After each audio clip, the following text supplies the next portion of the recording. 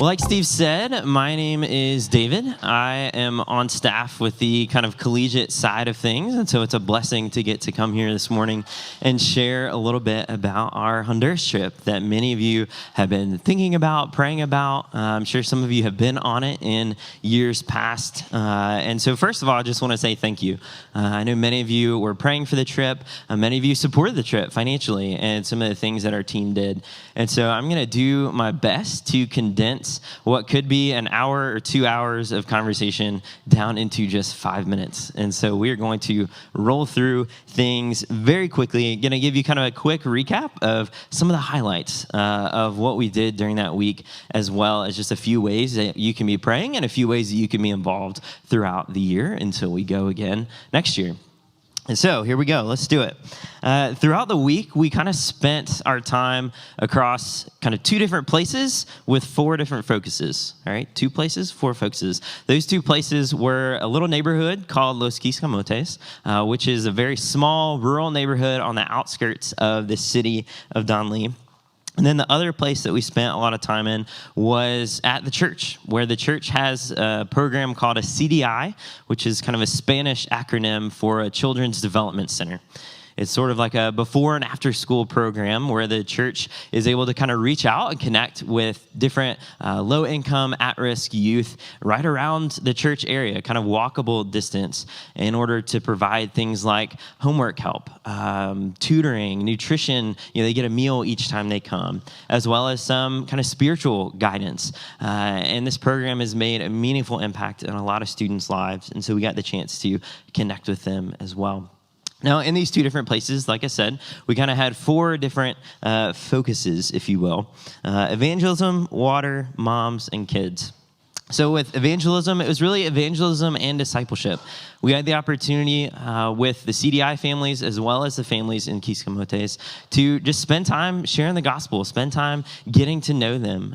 We were able to kind of be the church in that because they're so remote, because the church only has so much capacity, kind of extending their reach to pray with people, to read scripture with people, to simply sit and listen to the things that they're wrestling with, celebrate the joys together, and weep over the hard things together as well. Our next focus, or while we were doing evangelism, we had the chance to also kind of share some gifts. Some of you all sponsored some food bags. And so we passed out food bags to help about 40 to 45 different families across that week. And then towards the end of the week, as far as evangelism and discipleship, we got to lead a Bible study with the church's youth group, which is something new. We hadn't done that before, but it was really encouraging to see how, all right, even across cultures, there are still different aspects of our faith that we can connect with as people kind of in their teens and early 20s, which was the most of our team.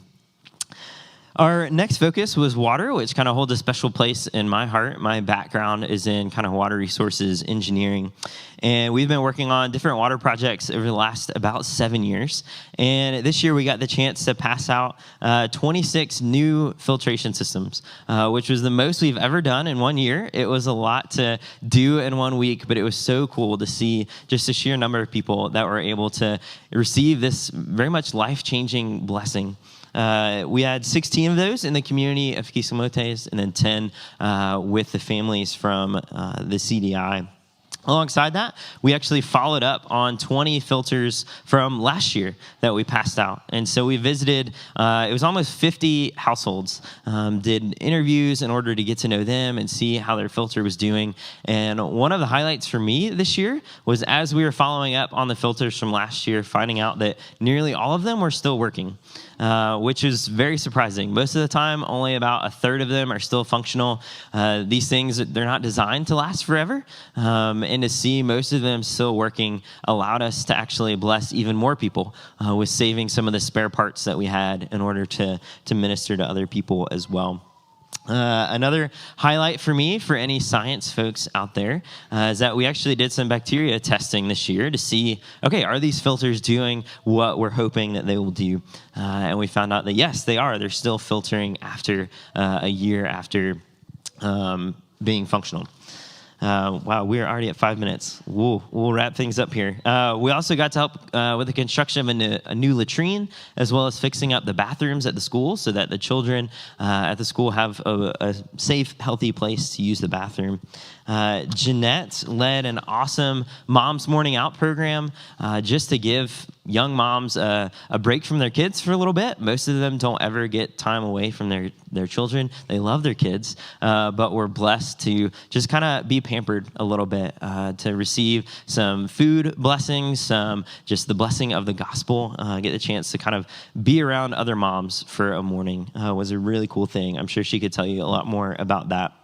We also got to do a couple different kids programs, doing different skits and Bible stories and games and crafts. Again, things that Jeanette is super talented at that I am not good at, but was really cool to see us as a team do that together. And then I know many of you were involved in our kind of school supplies drive. We were able to bring down 40 different backpacks of school supplies for kids at the CDI as well as in Quisquemontes. And so as far as things that you can pray for as we wrap up, pray that the filters would last. You know, they don't last forever, but I think the Lord can make them last a little bit longer than they might normally would.